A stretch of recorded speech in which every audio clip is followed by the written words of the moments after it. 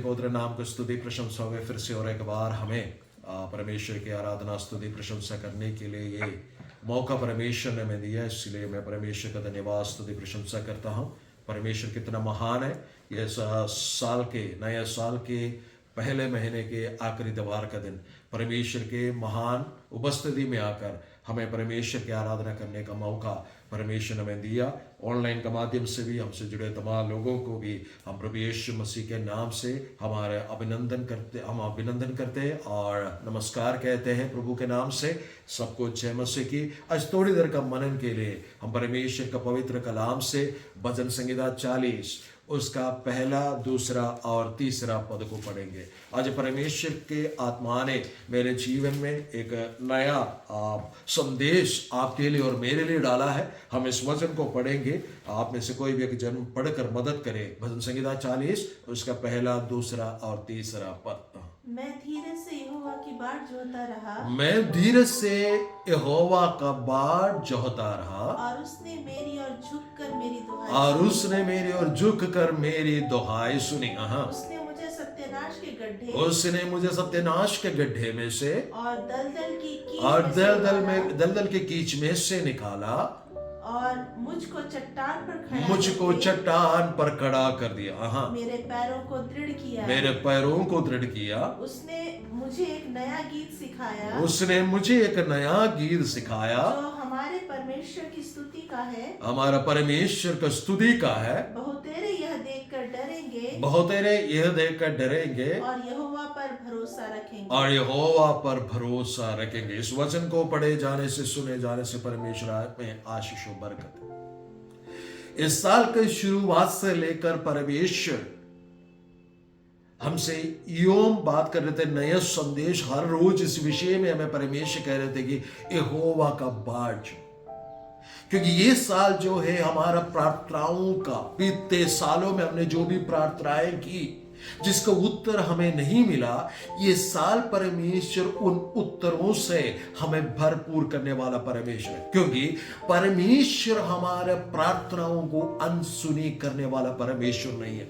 जिसकी आराधना उपासना हम करते हैं वो परमेश्वर हमारा प्रार्थनाओं को सुनकर उत्तर देने वाला जीवित परमेश्वर है। हालेलुया। परमेश्वर का पवित्र वचन के अनुसार जब हम 42वां यशायाह नबी का किताब 42वां अध्याय उसके 14 आयत को पढ़ते हैं, अभी तक मैं चुप रहा लेकिन अब ना चुप रहूंगा, मैं अपने मुंह खोलकर मेरे जनता के लिए काम करूंगा। बीते सालों में हो सकता है कि हमने कई प्रार्थनाओं को परमेश्वर के सम्मुख में लाया, हमने ये सोचा कि परमेश्वर मेरे जीवन में इस वक्त कार्य करेगा, लेकिन आज सुबह का वक्त परमेश्वर का आत्मा हमसे यूं कहते हैं कि इस साल परमेश्वर हमारे प्रार्थनाओं को सुनकर हमें उत्तर देने वाला है।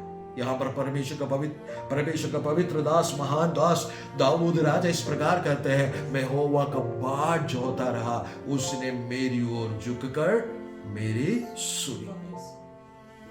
हमारे दुहाई के वक्त, हमारे संकट के समय में हमारे समीप रहने वाला और कोई नहीं है, सिर्फ जीवित परमेश्वर है। शायद हम सोचेंगे हमारे दोस्त लोग हमारे साथ देंगे, शायद हम सोचेंगे हमारे परिवार वाले हमारे साथ देंगे, लेकिन परमेश्वर का पवित्र वचन के अनुसार जब हम संकट में पड़ते हैं, जब हम परेशानी में पड़ते हैं, हमें मुश्किलें घेर लेते हैं, तो हमारा सहायता करने वाला कोई नहीं होता है सिवाय हमारा उद्धार करता प्रभु यीशु मसीह। हमें किसका बाट जो होना चाहिए? जब परमेश्वर का बाट जो होंगे वो हमारी ओर झुककर हमारे दुहाई को सुनते हैं। हालेलुया। इस महीने का आखिरी त्योहार के दिन में परमेश्वर मुझसे और आपसे यूं कहना चाहते हैं, परमेश्वर यूं कहते हैं कि किसी और का बाट मत जो, मेरी बाट जो, मैं तेरी आवाज को, तेरी दुहाई को सुनने वाला परमेश्वर है। हालेलुया। परमेश्वर हमारा प्रार्थनाओं को सुनकर उन प्रार्थनाओं के सामने खड़े होकर हमारे लिए कार्य करने वाला परमेश्वर है। हालेलुया। दूसरी बात हम यहां पर पढ़ते हैं, उसने मेरे ओर झुककर मेरी दुहाई सुनी और उसने मुझे सत्यानाश के गड्ढे में से उभारा है।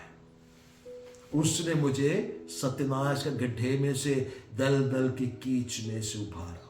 जब मैं और आप परमेश्वर को दुहाई देते हैं, जब हम परमेश्वर के इंतजार करते हैं, बाढ़ जो होते हैं, बीतते सप्ताहों में सुनते आ रहे कि वो नए बल प्राप्त करेंगे, वो भूमि के अधिकारी होंगे, दुष्ट काट डाल दिया जाएगा, वो देखेंगे। लेकिन आज सुबह का वक्त तो परमेश्वर कहते हैं मैं तेरे दुहाई को सुनूंगा और तुझे सत्यानाश के गड्ढे और दलदल की कीच में से निकालूंगा।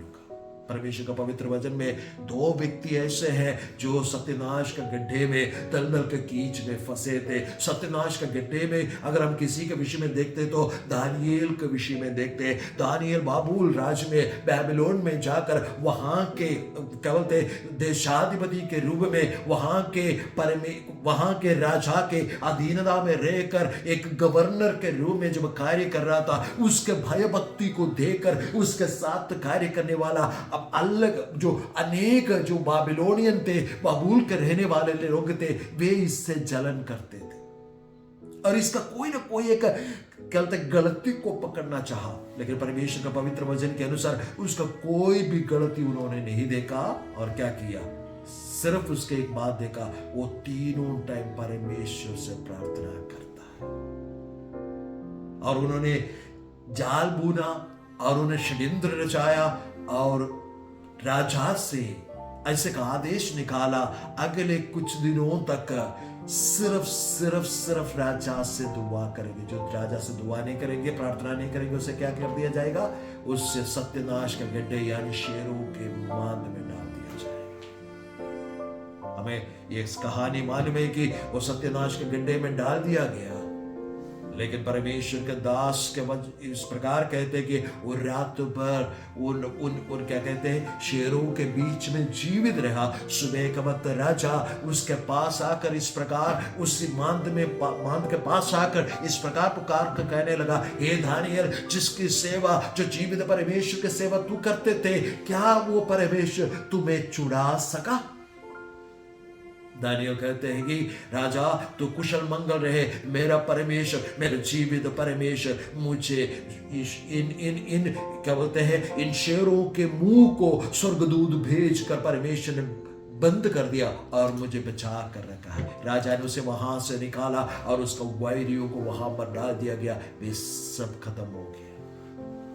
मेरे प्यारो, कई बार परमेश्वर का आत्मा की ओर से मैं आपसे यूं कहना चाहता हूं, शत्रु ऐसे गड्ढा हमारे लिए करते हैं, लेकिन परमेश्वर हमें छुड़ाने वाला परमेश्वर है। परमेश्वर का महान आश्चर्य कर्म हमारे आंखों से देखेंगे कि परमेश्वर हमें सत्यानाश के गड्ढे में से कैसे उभार कर लेके आते हैं। और क्या होते इतना ही नहीं, परमेश्वर का पवित्र वचन के अनुसार दानियेल के विरोध में कार्य किए हुआ तमाम उन वैरियों को उसी सत्यानाश के गड्ढे में डाल दिया गया। परमेश्वर का पवित्र वचन में ही लिखा है, वो भूमि में निचले स्थान में पहुंचने से पहले सारे शेरों ने फाड़ खाया। ये बात याद रखना, यदि हम परमेश्वर का भय मानते हैं, यदि हम परमेश्वर के दुहाई देते हैं, यदि हम परमेश्वर का बाट जो होते हैं, परमेश्वर में सत्यानाश के गड्ढे में से निकालते हैं। अगली बात क्या लिखा है, दलदल की कीच में से निकालने वाला परमेश्वर। हमें मालूम है यूसुफ के विषय में अपने भाइयों ने उसे कल तक कुएं में डाल दिया, दलदल के कीच में से निकाल, वहां डाल दिया दलदल के कीच में। उन्होंने सोचा कि वहां मर जाए, वहां से निकाल कर उसको बेच दिया और सोचा गुलामी करते करते मर जाएगा, इसका जीवन खत्म हो जाएगा। लेकिन उस दलदल के कीच को भी परमेश्वर ने बदल कर एक राज्य का महान प्रधानमंत्री के रूप में उसे ठहरा दिया गया। मैं आपसे कहना चाहता हूं, आपको दलदल के कीच में से कीच में डालकर आपको परेशान करने वाला तमाम अंधकार के ताकतों को ऊपर दुष्ट मनुष्यों के सामने परमेश्वर दिन ला रही कि आपको उठाकर राज्य गद्दी पर बिठाने वाला, क्योंकि मेरा परमेश्वर दरिद्रों को घूरे पर से उठाकर, मिट्टी पर से उठाकर प्रधानों का संग उठाने वाला परमेश्वर है। हालेलुया! हमारा परमेश्वर कितना महान परमेश्वर, वो कितना महान परमेश्वर है। सिर्फ उतना ही नहीं, जो यहोवा का बाट जो हैगा, इस साल वो प्रार्थनाओं को उत्तर पाएगा।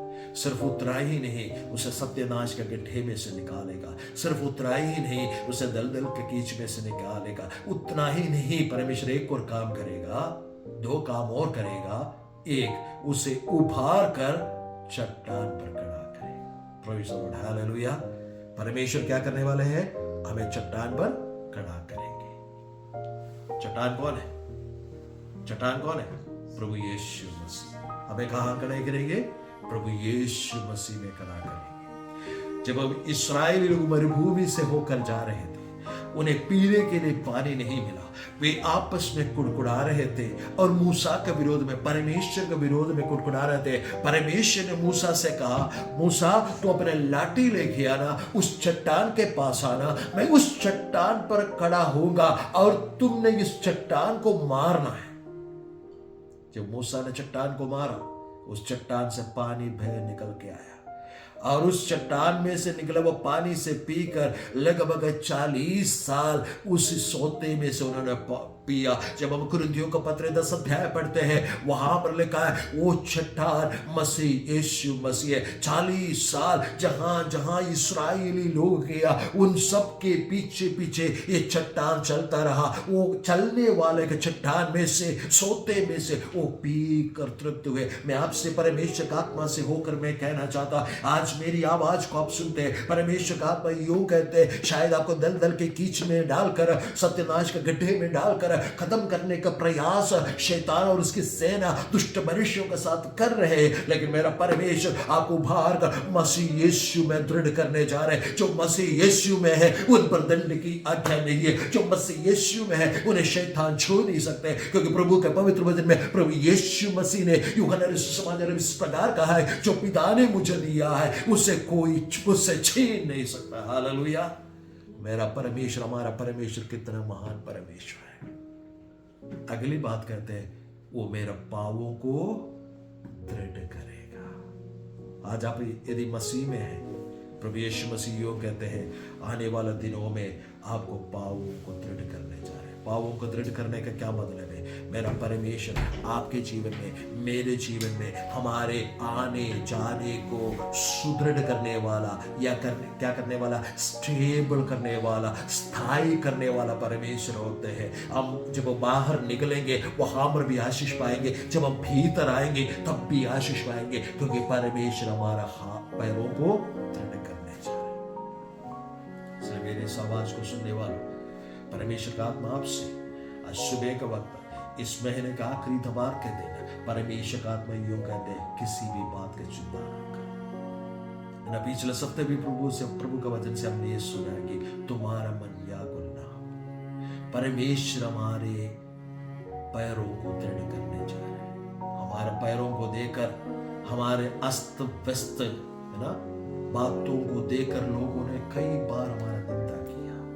कई बार लोगों ने कहा कि तू कभी कामयाब हो नहीं सकता, लेकिन परमेश्वर का आत्मा सुबह का वक्त मुझसे और आपसे जिस प्रकार कहना चाहते हैं, परमेश्वर हमारे पांवों को दृढ़ करने जा रहे हैं। एक ऐसा जगह पर हमें खड़ा करने जा रहे हैं जिससे देखकर वैरी हालेलुया दांत पीस कर जल जाएगा, लेकिन वो विरोध में, हमारे विरोध में कुछ नहीं कर पाएगा। उसके सारे षड्यंत्र को परमेश्वर तोड़ डालने जा रहे हैं। आपके जीवन में एक एलिवेशन, एक ऊंचाई, एक उन्नति मेरा परमेश्वर लेके आ रहे। इसलिए परमेश्वर पर भरोसा रखे, उसका बाट जो है, क्योंकि मेरा परमेश्वर कहते हैं, मेरे जो बाट जो हैगा उसका दुहाई में सुनकर उत्तर दूंगा, उसको मैं सत्यनाश के गड्ढे से उभारूंगा, उसको मैं क्या करूंगा? दलदल के कीच में से उभारूंगा, उससे मैं मुझ में दृढ़ करूंगा। प्रभु यीशु मसीह में दृढ़ कर कर उसके पांवों को मैं स्थिर करूंगा। प्रभु के पवित्र वचन में लिखा है, अब जब हम भजन संगीत पढ़ते हैं, मैं अपनी आंखें पर्वतों की ओर लगाऊंगा और मेरी सहायता कहां से मिलेगी? मेरी सहायता होगा परमेश्वर की ओर से आते हैं, जो मेरा कभी मेरा पांवों को टलने नहीं देगा। मेरा पांवों को ना पर है ना, आकाश और पृथ्वी का सृष्टिकर्ता परमेश्वर कभी भी हमारा पांवों को टलने नहीं देगा, क्योंकि परमेश्वर ने मुझको और आपको बुलाया एक विशेष उद्देश्य रखकर, एक खास उद्देश्य रखकर, एक आशीष हमें देने के लिए परमेश्वर ने बुलाया। सिर्फ आशीष देने के लिए, अनेक लोगों के लिए आशीष का कारण ठहरने के लिए परमेश्वर ने बुलाया। इसलिए परमेश्वर कहते हैं, जितने भी कष्ट तुमने झेला, जितने भी परेशानी तुमने झेला, बस हो गया, मैंने इस बात को देख लिया, अब मैं तुम्हें छुड़ाकर तेरी महिमा में बढ़ाने वाला। कितना लोग विश्वास के द्वारा इस वचन को आज ग्रहण करेंगे? परमेश्वर इस पवित्र वचन के द्वारा हमें आशीषों पर